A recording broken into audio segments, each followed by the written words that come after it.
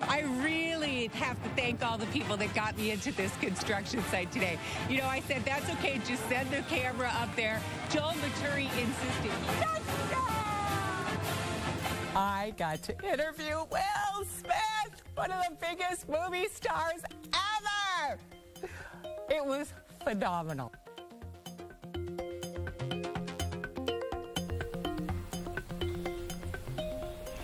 Well, our day here at WCCO has been filled with many tears, but also a lot of smiles and laughter as we remember our friend and colleague, Darcy Pohland. Darcy passed away unexpectedly overnight at her home. She was 48 years old.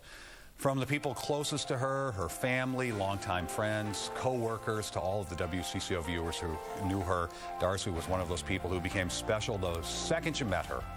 Don Shelby takes a look back at Darcy's life and career. Darcy was born in Japan, but she grew up in Mendota Heights with her two brothers and her two pals, Lucy and Jill. We've been joined at the hip since toddlerhood. 40-some years, so. She had a typical Minnesota childhood. You know, the three of us, we learned to ride bikes together and ski together and skate and play kick the can till we had to go inside, till it was dark. Her friends can't believe she's gone. Darcy, who lived such a big, bold life. When we would get a cold, it was a cold, but for when Darcy would get a cold, it was hard for her to recover. Darcy became paralyzed in a diving accident at the age of 22. She was working at our Washington bureau that summer. After rehab, she rejoined CCO as a dispatcher. In 1994, she got her big break. John Culleton, the news director who first put her on the air, said today, "It may be the best thing we ever did."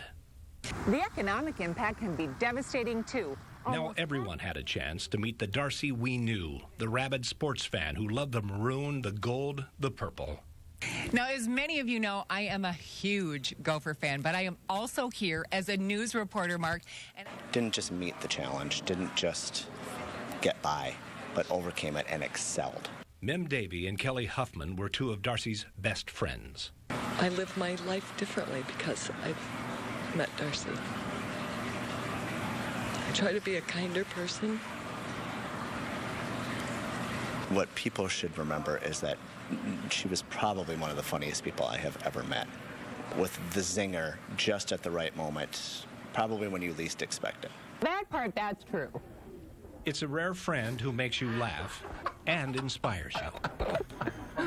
And she just grabbed life. She embraced every opportunity to shine. You know, there's so much to learn from that. She's right about that. What a lovely woman. Yeah. What a darling. That's the saddest part is the community loses a great advocate and a great reporter, and we lose a great journalist and a great friend. Her family loses somebody very important to her and her friends. But I think that the community of people with disabilities lose an icon in this, because here was a young woman who set out to do something, and nothing would stop her. And we've heard from so many people who said that she was such an inspiration to them because of that, yeah. You know? And you know, and also to the general audience who may have held attitudes about people with disabilities. If they were like us over the last 24 years, you stopped seeing the wheelchair. Yeah. Yeah. You didn't. We didn't see it. She didn't even see it. I mean, You know, she didn't let that define her. Yeah. And we didn't see it. And I think the community is better off in any number of ways that they had this short period of time with Darcy. You're right. I know we are. Oh, indeed. Thanks, Don. Thanks, Don. You know, of course, news people are expected to report on sadness and grief. It's just part of the turf, and Darcy had more than her fair share of those kind of stories. Yeah, but there were far more times when she left both her viewers and her colleagues smiling. Bill Hudson gathers some of their fondest reflections. After the shock, the tears, the disbelief, intense sadness transformed into smiles. Darcy would want it that way. I'll remember Darcy out on the street and how many people would stop her and just compliment her, tell her she's doing a good job, how much they respect her in WCCO TV.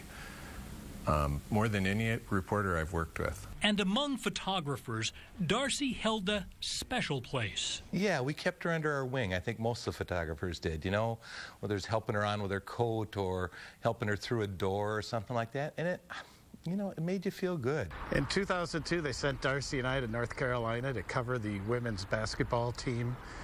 And I told her before we left that we were going to have a blast on this trip, that the parents and the players and the band, they were going to love her. And they did. They fell in love with Darcy, including a freshman phenom named Lindsay Whalen. Like most photographers, you kind of protected her without her knowing it. A lot of things, she couldn't get into buildings. You know, we were out in the cold. Heat was worse for her because she couldn't sweat because of her condition. She never dwelled on what she couldn't do, but so loved what she could. But I just think she had passion for it. You know, you don't learn that. You had that in you as a reporter, and she just expressed it so well. Overcoming so much in life and living it to the fullest. She's the only one in this newsroom who could get away with what she could on the air with the pom-poms, and because what would we always say, and every viewer would say, it's Darcy.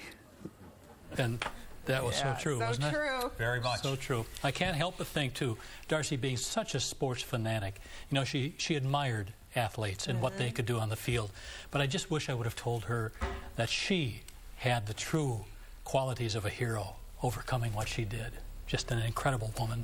Yeah, we probably should have told her that more, because, I mean, it's clearly evident. We're all thinking about it today, and she never complained about a thing. She wouldn't want to hear it, I'll tell you that. She wouldn't want to hear that. Yeah. All right, Well, Bill, thank you so much. You're welcome. And we, of course, would like to thank everyone who's taken the time today to share their thoughts and their memories of Darcy with us. Yeah, all of the emails and phone calls show how many lives she actually touched. In fact, so many people were thinking about Darcy today that she became the top trending topic on Twitter. She would have loved that. Indeed. There were also many touching tributes to Darcy on WCCO.com. A lot of people remember Darcy's bright smile. Neil says this is a sad day for everyone in WCCO land. What courage this woman displayed. Great spirit, great smile, and inspiration to all of us. Rest in peace, Darcy. You will be missed. Stacy says, I'm so sorry to hear about Darcy. I loved watching her reports.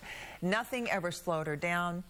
And Bill says, our community loses a very nice person, a great reporter, and Minnesota's #1 sports fan. It's so sad that she never got the chance to see the Twins play in their new stadium. Well, that's the truth. Well, you'll find a special page dedicated to Darcy on our website at WCCO.com if you'd like to share your condolences or thoughts. And a lot of people also called in to share some special thoughts about Darcy.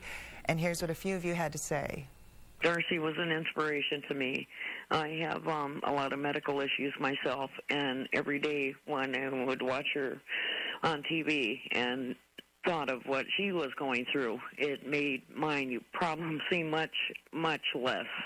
I want to say that the first time I saw Darcy, I thought, well, great for CCO for hiring a handicap. Then as time went on, I said, lucky WCCO to have such a wonderful reporter and such an outgoing gal.